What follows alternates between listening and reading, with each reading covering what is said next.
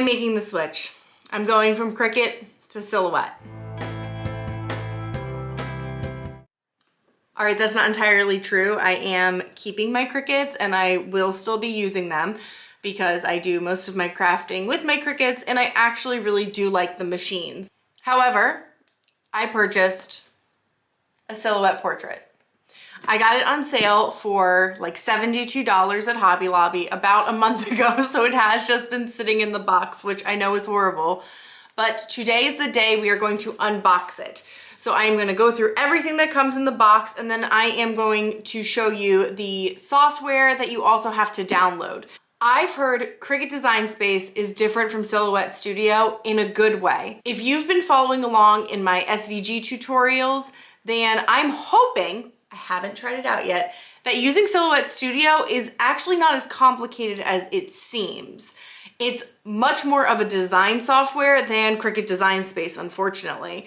It has more features that allow you to do a lot more with it, whereas Cricut Design Space is a little less functional. You can work with shapes, you can work with their SVGs, where you can't like manipulate things. Where in Silhouette Studio, I believe is more like Inkscape, where you can manipulate all of the different pieces. But the main focus of this video is going to be unboxing this machine. This is one of their smaller machines, and we will get into the depths of the software in another future video. So let's unbox this.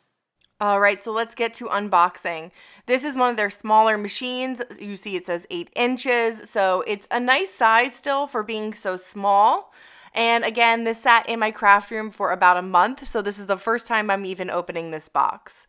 Right on top, you'll see their setup information. I, of course, being me, ignored this website and I just decided to try to set it up on my own, which I don't suggest. Please go to the website and learn about how to set up the machine.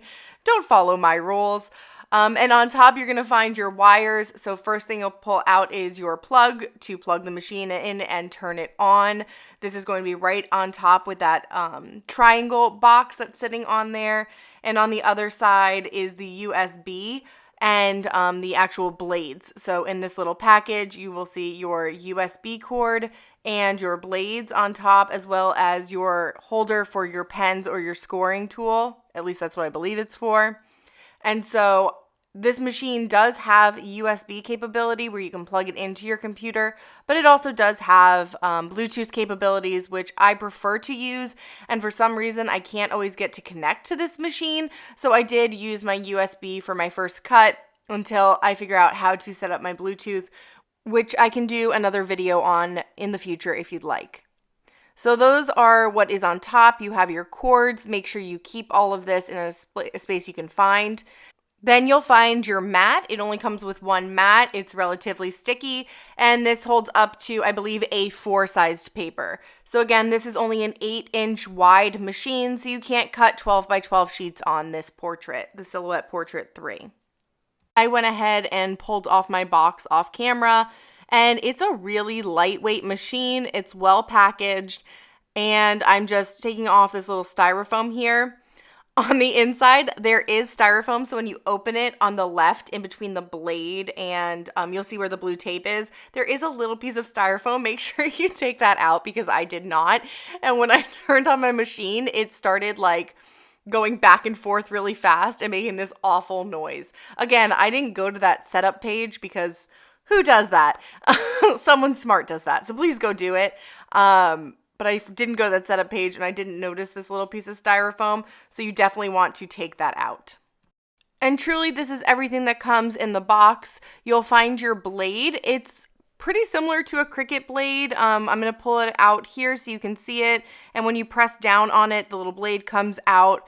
This machine does have an auto blade feature, and so while I'm getting started with this, that's going to be the feature that I use the most. And then this little blue clip is for your pens and your scoring tool. You put it in where you would put the blade. So you do have to switch these out, unlike on a Cricut where it has it next to each other. These you have to switch in and out. So jumping over to the Silhouette software, there is a lot more on this screen that I am not going to get into today. I mean, you can really manipulate and create your own files on here. It's a great design software. I'm very, very impressed, especially compared to Cricut Design Space.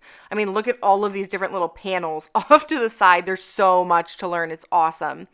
So this took me, I'm not going to lie, literally 2 days to figure out. And it's, again, my own fault because I did no research on how to do this. So I wanted to test out the print and cut feature because that is what had me open the box, honestly. I had put out there my frustrations with Cricut Design Space and the print and cut feature because I went from from live to beta, and it completely messed up my print and cut. I cannot get it right anymore. And so I wanted to try the Silhouette print and cut. And I made a few mistakes.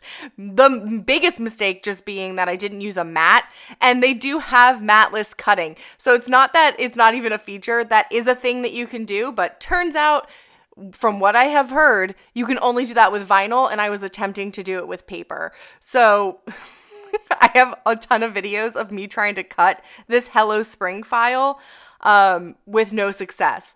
But I wanted to add an offset to this.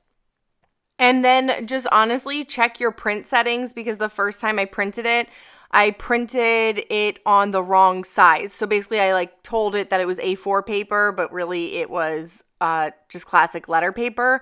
So it didn't have all the registration marks. But then once I got the hang of it, you just send this off to your printer, and then you put it on a mat if it's paper, and then you send it to your machine. And what else I love about this design software is it has a test cut. So you can just do a small little test without having to ruin your whole piece of paper. It's amazing. So I'm not going to embarrass myself by showing you all the failed cuts that I had because I wasn't using a mat. So I don't know why I didn't think of it, but just use a mat, especially if it's your first time doing this. I just assumed that everything could be matless, and I was terribly wrong. So if you're using paper, make sure you're using a mat. And it's just like Cricut in terms of there's a little cover on top that you pull off, and it's really sticky. It's a nice sticky mat.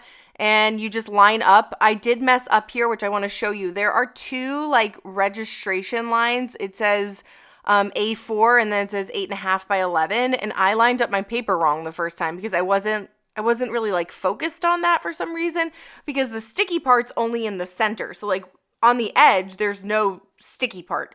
And so you have to line it up. So it says A4 and then it says 8.5 by 11. So make sure you're using these right marks to line up your material.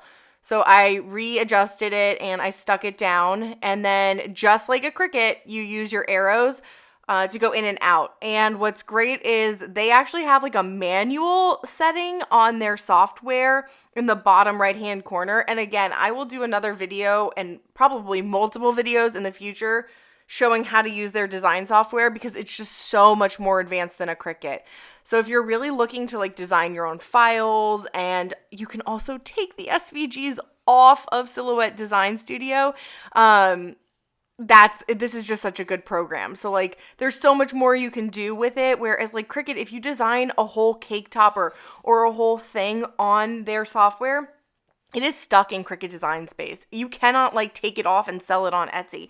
And I know that's really stupid, but it's kind of nice to be able to repurpose your SVGs and sell them or give them to friends or use them on a website like mine. There's just so much more you can do with this software. It had zero problem reading those registration marks, but I do want to show you how loud it is in comparison to a Cricut. If you're someone who only knows Cricuts, I was kind of shocked to see how much louder it was. I mean, it was a million times louder when I wasn't using a mat, which I probably should have taken that as a sign that I was doing something wrong, but it is definitely louder than a Cricut.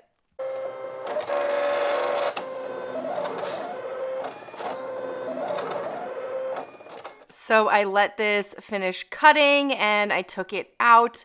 Again, it's on a mat, so I have to peel it off. And I definitely use the flipping over because this mat is brand new, so it's relatively sticky, but it cut so nicely. It did 2 passes, which I love that it gives you an option to do multiple passes just at once. So you don't have to go back and click the machine over and over again.